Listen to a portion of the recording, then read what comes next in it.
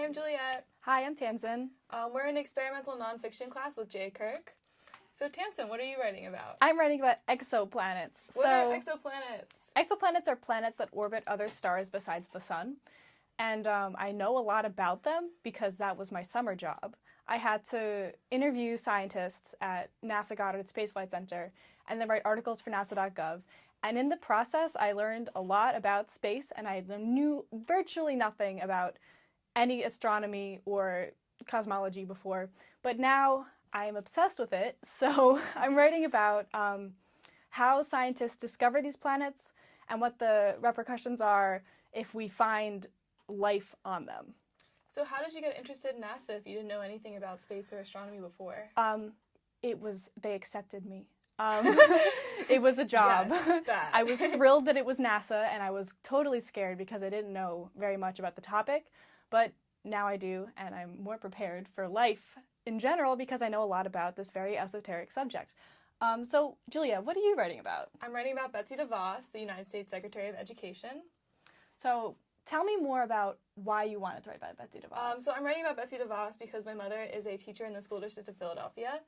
And I've kind of seen how her policies are affecting like very low income families. And then there's also a lot of issues with her dealing with like rape and abuse. And then the fact that she's completely unqualified for her job, but she has so much power. And that's so frustrating to me.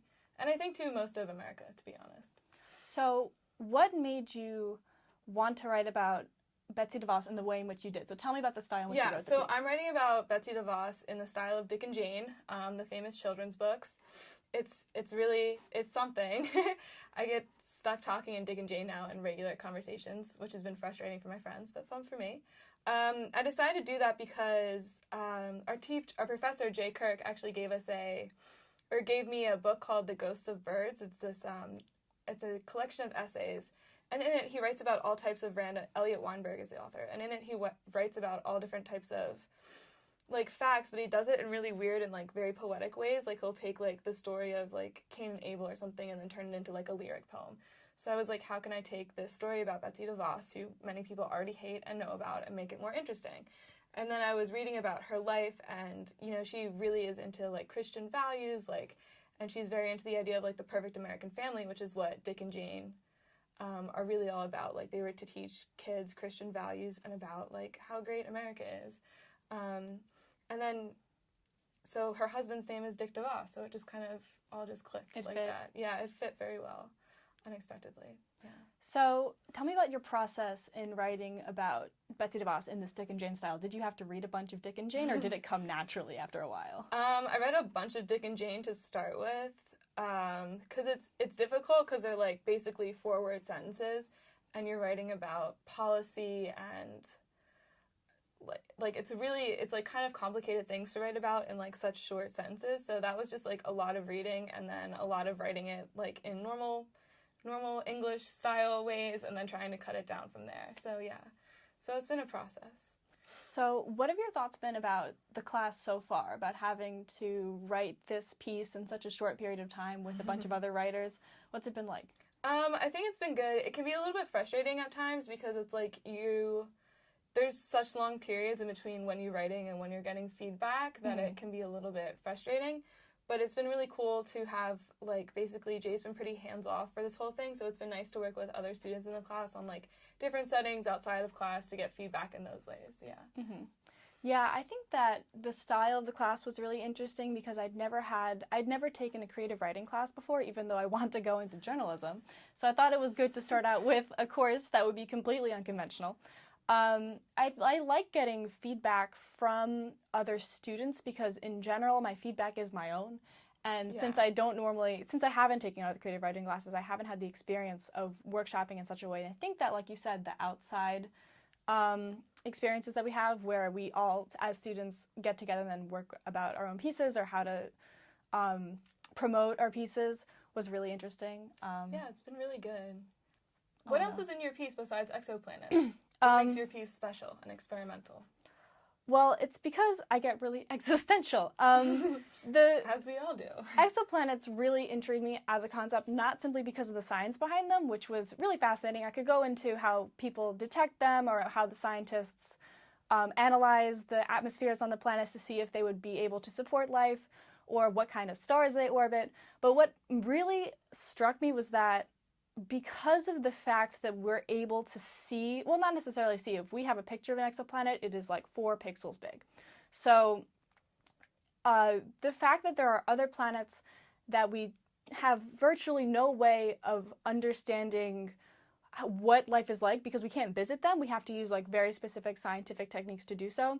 It makes me think that if somebody is like trying to comprehend the universe as a whole, they need to take into account the fact that it is just so large and so capable of producing things such as planets around other stars that we have the ability to even find.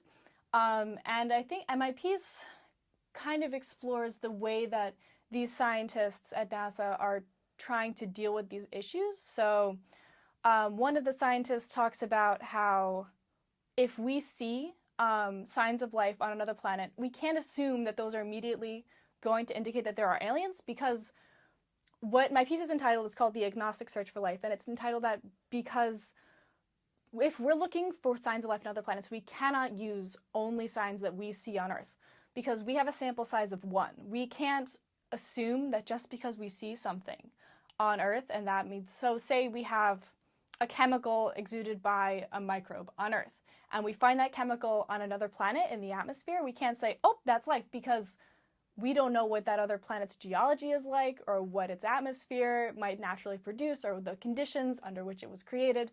So I kind of incorporate the mildly like religious tone of The Agnostic Search for Life into the piece and trying to make it more of a statement about humanity as a whole instead of just focusing solely on the science, which in itself is fascinating. Right, But absolutely. also I just wanted to maybe expand beyond that into like the moral ramifications of finding other worlds. So do you believe in aliens? Absolutely. I think that there might even be life on Mars. We had a very recent discovery, not me, NASA discovered alternating levels of a chemical on Mars, that if we saw that on Earth, it would mean that there would be life because it changes with the seasons. And even Mars has seasons, and then but we can't assume, because that means on Earth, that means that there's life on Mars. Right. So don't get excited. But I think that there's definitely, I don't know about intelligent life per se, but there's definitely going to be signs of life, I feel like, everywhere in the universe. And I could totally be entirely wrong, because I am not a NASA scientist, but I would like to think that we're not alone. So what do you think is the purpose of writing about Betsy DeVos? What is like the ultimate goal here with your piece? The ultimate goal is to, I guess, explain facets of her life that not a lot of people know about, because obviously everyone knows she's a Secretary of Education and she's unqualified, but I don't think a lot of people know necessarily the depth of the corruption of the DeVos family, so I wanted to write about that. And I wanted to get more people interested in talking about these very important things and kind of realizing, I mean, this is where the Dick and Jane voice comes in too, is like realizing how ridiculous right now our government is. Like, it's just kind of absurd. Like, everything that's happening right now is kind of absurd and frustrating for a lot of people. So. And then putting it in the voice of Dick and Jane kind of just amplifies the irony. Yeah, it's like very ironic and it's very humorous and it's very much like, this is bad. Like, this is bad, period. Like, this should not be happening. But it is happening. And I think that it's important that people pay a lot of attention to it. One of the things I put in my piece was the water crisis in Flint, Michigan. Mm-hmm. Because, like, that was such big news for so long, and then everyone forgot about it. Right. Right? And obviously, the DeVos family lives in Michigan.